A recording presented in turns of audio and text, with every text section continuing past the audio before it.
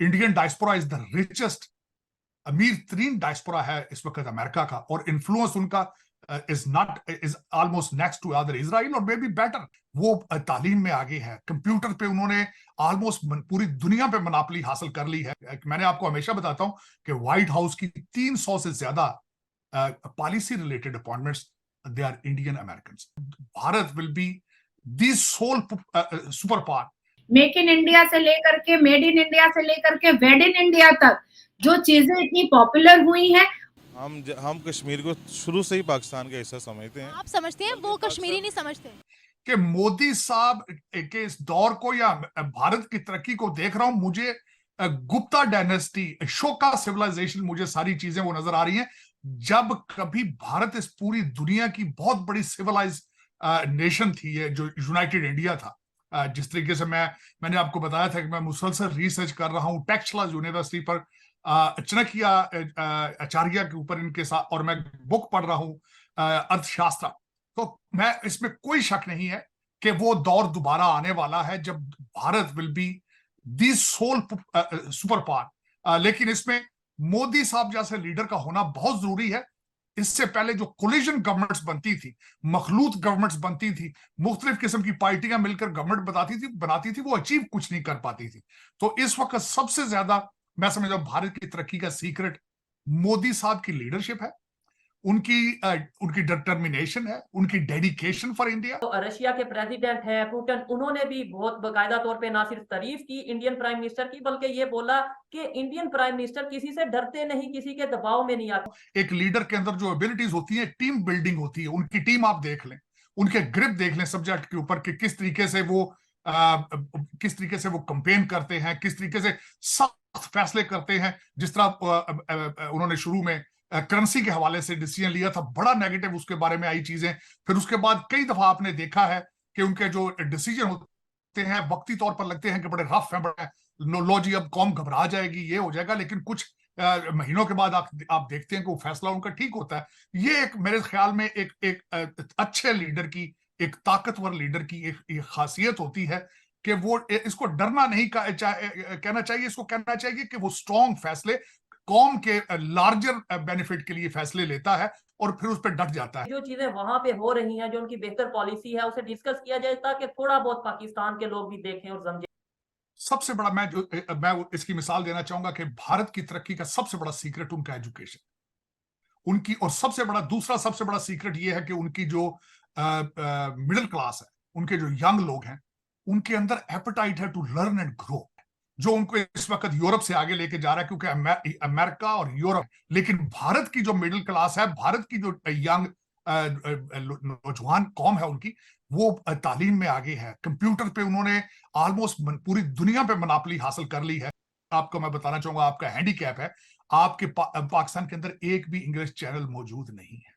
वहां में आप जाएं, वहां टैक्सी वाला भी इंग्लिश बोलता है, रिक्शे वाला भी इंग्लिश बोलता है। अब भारत के अंदर 1300 यूनिवर्सिटियां इस वक्त, आपके पास टूटी फूटी कुछ 70-80 सारी यूनिवर्सिटियां हैं, और वहां से भी जो ग्रेजुएट लड़के होके निकलते हैं वो इंग्लिश के 2 लफ्ज सीधे नहीं बोल सकते। इस वक्त तरक्की है, हर दूसरी जो प्रोडक्ट है वो भारत के अंदर मैन्युफैक्चर हो रही है।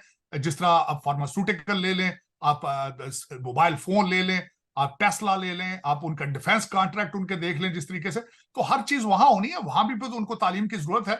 और जो लोग यहाँ से इनके आईवी लीग स्कूलों में, बड़े स्कूलों में पढ़ रहे हैं बच्चे भारत के, उनको अच्छे पैकेज मिल रहे हैं भारत में, वो जाना पसंद करते हैं। मैं खुद ये देख रहा हूँ होता हुआ इस वक्त, तो किस तरीके से वो बाहर जाके उनका जो टेक्नोक्रेट बन जाते हैं, जो भारतीय जब एजुकेशन साथ लेकर जाते हैं। ट्रेंड उनका देखें, एवरेज जो जा रहा है वहां पे, either he is a bachelor in engineering है या मास्टर्स है उनके पास, वर्सेस आप दूसरी कौमें देख लें। इस वक्त जिस कंट्री में बैठा हूं, इस वक्त Indian diaspora is the richest, अमीर तरीन डायस्पोरा है इस वक्त अमेरिका का, और इन्फ्लुएंस उनका is almost next to other Israel और मे बी बेटर। मैंने आपको हमेशा बताता हूं कि व्हाइट हाउस की 300 से ज्यादा policy related appointments they are Indian American.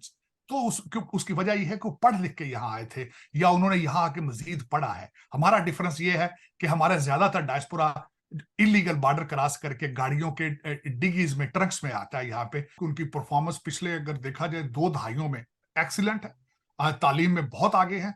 और पाकिस्तानी बच्चों के लिए मैं ये कहूँ मैथ और इंग्लिश के बगैर कोई गुजारा नहीं है। मैं हमेशा आपसे अपील करता हूं कि आप इंडियन मूवीज देखते हैं, आप इंडियन गाने सुनते हैं, लेकिन कभी उनकी उनकी खबरें भी सुने, कभी ये भी देखें उनकी तरक्की के सीक्रेट क्या है। आर्टिकल 370 वहाँ कश्मीर के मुसलमान ही कहते हैं कि बहुत अच्छा हुआ हट गया है। उससे पहले टेररिज्म थी, कोई तरक्की नहीं थी, और आर्टिकल 370 के बाद अब हम सुकून में है, ये वहाँ के लोग कहते हैं, मैं नहीं कह रही। अच्छा, तो वो 370 हट गया तो वो कोई ना कोई प्रेशर होगा ना, वैसे तो नहीं हो सकता। प्रेशर क्या होना है प्रेशर जैसे मुसलमानों के साथ वहाँ पे सलूक होता है। सर? वहाँ पर मस्जिदें भी हैं, वहाँ पर मंदिर भी हैं, मैं कश्मीर की बात कर रही हूँ। आप कभी एलओसी पर जाएंगे ना, आपको इतना बड़े बड़े स्पीकर्स नजर आएंगे मस्जिदों के ऊपर, और क्लियरली आप अजानों की आवाज़ सुन सकते हैं। क्लियरली आप वहाँ से खड़े होकर देख सकते हैं कि कितने बंदे नमाज पढ़ के बाहर निकले और कितने जा रहे हैं। रिसेंटली हमारे कश्मीर से खबरें आ रही थी, कश्मीर से गिलगित बल्तिस्तान से, कि कारगिल का रास्ता खोल दो। शायद अगर आपने इंटरनेशनल न्यूज़ को सुना हो तो क्लियरली प्रोटेस्ट भी देखने को मिल सकता था हमें। तो अब क्या करें? हम कश्मीर को शुरू से ही पाकिस्तान का हिस्सा समझते हैं। आप समझते हैं, वो कश्मीरी नहीं समझते। बाकी रही बात, लेकिन पाकिस्तान ने कश्मीर के लिए किया क्या, अब ये भी बता दें। पाकिस्तान ने कश्मीर के लिए क्या किया? तकरीरें की हैं और क्या करना है। और पाकिस्तान ने स्पीचेस दी हैं जी, जैसे अब भी कर रहा है जो फ़लस्तीन में हो रहा है। तो Pakistan just according to my जो लास्ट लेटेस्ट जो था ना मेरे लिए अबाउट फ़लस्तीन, तो पाकिस्तान हर जगह पर जस्ट स्पीचेस दे सकता है और करप्शन में नंबर 1 ये लेता जा रहा है। आपको लगता है कि जिनको 15 से 20 रुपए किलो का आटा मिल रहा है वो यहाँ आटे की लाइनों में लगने के लिए आएंगे? आप लिटरली सोचते हैं ऐसा? कौन? कश्मीरी, जहाँ पर G20 की मीटिंग हुई है। नहीं, कश्मीर को अगर आप अपना हिस्सा बना भी लेते हैं ना, तो फिर भी आपके लिए ये टुकड़ा नहीं मैनेज हो रहा पाकिस्तान के लिए, तो उसको कैसे मैनेज करेंगे? यूनाइटेड स्टेट्स के अंदर लगभग 50 लाख इंडियन अमेरिकन रहते हैं और ये बहुत ही अच्छी फील्ड्स में प्रॉस्पर कर रहे हैं और बहुत ही कमांडिंग पोजीशन पर है। अगर बात करें ओवरऑल डायस्पोरा की, तो इंडियन अमेरिकन जो डायस्पोरा है वो अमेरिका में सबसे हाई इनकम ग्रुप में नंबर 1 पर आता है और इसका राज है इंडियन एजुकेशनल सिस्टम।